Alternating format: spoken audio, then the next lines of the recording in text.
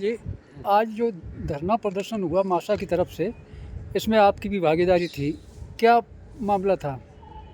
ये लंबे समय से मारुति आंदोलन जो देश का और दुनिया का बहुत बड़ा प्रख्यात आंदोलन है, उसमें 10 साल से करीब ये लड़ाई चल रही है, जिसमें अभी नए सिरे से उसमें एक नया पहलू जुड़ गया कि तमाम मज़दूरों को वापस निकाल देने से और एक नई समस्या पैदा हो गई। तो मारुति की जो क्रांतिकारी संघर्षशील शक्तियाँ थीं, उन सब ने एकजुट होकर एक नारा दिया कि अस्थाई मजदूर जो स्थायी मजदूरों के बराबर ही काम करते हैं और उसी योग्यता का काम करते हैं, लेकिन उन्होंने वेतन की असमानता, भयंकर असमानता है, तो अस्थाई मजदूरों को स्थायी मजदूरों के समान वेतन दिया जाए, ठेका मजदूरी ख़त्म की जाए और जो गिरफ्तार साथी हैं उनकी रिहाई की जो मांग थी, तो तमाम अन्य मांगों में ये कि जो आज के दिन संघर्ष का जो स्वरूप है, उसमें उनका क्या कहना हुआ कि उन्होंने करीब 5 लाख, आपने सुना होगा अभी भाषण में,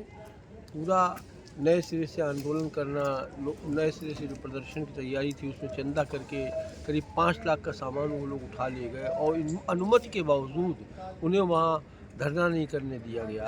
और 24 तारीख का जो कल का धरना है वो भी इलेक्शन के नाम पर, 2 तारीख के नाम पर उसको कैंसिल करवा दिया गया। तो दमन जो है, आपसे एक सवाल करेंगे। हाँ जी।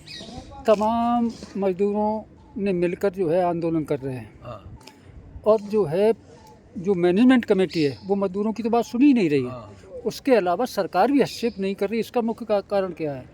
देखिए, सरकार जो, चाहे इसके पहले जो सरकार थी, इसके समय में चीज़ें शुरू हुई थी, चाहे ये सरकार हो, फ़र्क केवल ये है कि ये सरकार पिछली सरकार से भी ज़्यादा कारपोरेट परस्त है।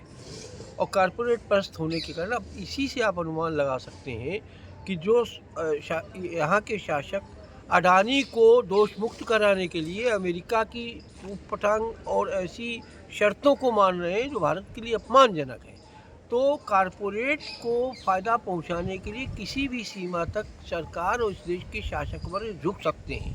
वहाँ पर मारुति में जापानी कंपनी का राज चलता है, जापानी उसका प्रशासक मंडल का राज चलता है। वहाँ भारत सरकार किसी भी तरीके से अपने मज़दूरों की सुरक्षा के लिए, अपने मज़दूरों के जनतांत्रिक अधिकारों के लिए उन्हें सहयोग देने के लिए उनके दमन में उनके साथ साझेदारी करती है और एक तरीके से उन्मुक्त गुंडाई को प्रोत्साहन देती है कि ऐसी परिस्थितियों में आप जो है सारे देश के और सारी दुनिया की आप बात करते हैं, दुनिया के मजदूरों से क्या कहेंगे? केवल आज के दिन जो शासक वर्गों ने दुनिया के मजदूर को बिखराव पैदा कर दिया है तमाम कारणों से। जैसे पहले एक कारखाने में मजदूर इकट्ठा होता था, हज़ारों मजदूर, तो रेट पर हम लोग उन्हें संगठित कर लेते थे।